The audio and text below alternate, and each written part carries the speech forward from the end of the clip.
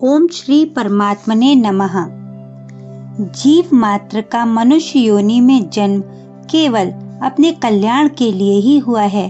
संसार में ऐसी कोई भी परिस्थिति नहीं है जिसमें मनुष्य का कल्याण ना हो सकता हो, कारण कि परमात्म तत्व प्रत्येक परिस्थिति में समान रूप से विद्यमान है। अतः साधक के सामने कोई भी और कैसी भी परिस्थिति में आए, उसका केवल सदुपयोग करना है।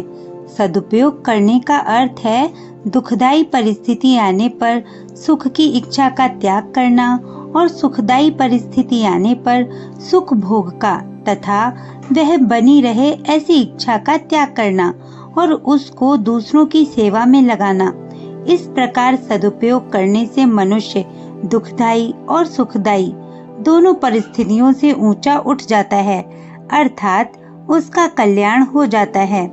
सृष्टि से पूर्व परमात्मा में मैं एक ही अनेक रूपों में हो जाऊं, ऐसा संकल्प हुआ।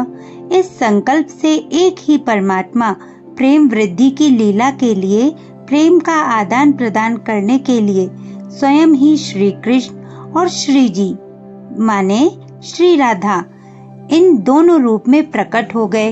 उन दोनों ने परस्पर लीला करने के लिए एक खेल रचा। उस खेल के लिए प्रभु के संकल्प से अनंत जीवों की, जो कि अनादिकाल से थे, और खेल के पदार्थों यानी शरीर आदि की सृष्टि हुई।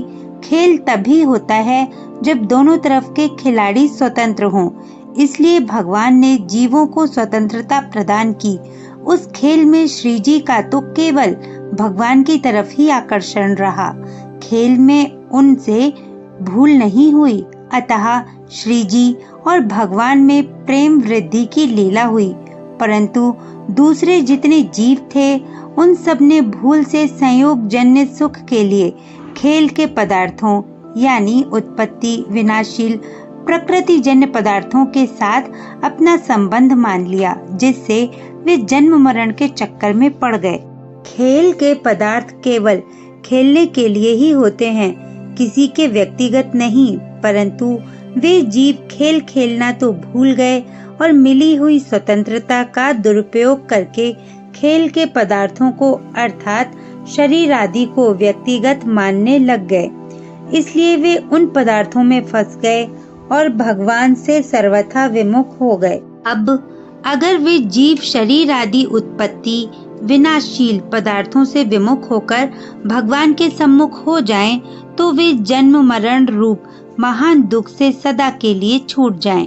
अतः जीव संसार से विमुख होकर भगवान के सम्मुख हो जाएं और भगवान के साथ अपने नित्य योग यानी नित्य संबंध को पहचान ले। इसी की वजह से भगवत गीता का अवतार हुआ है।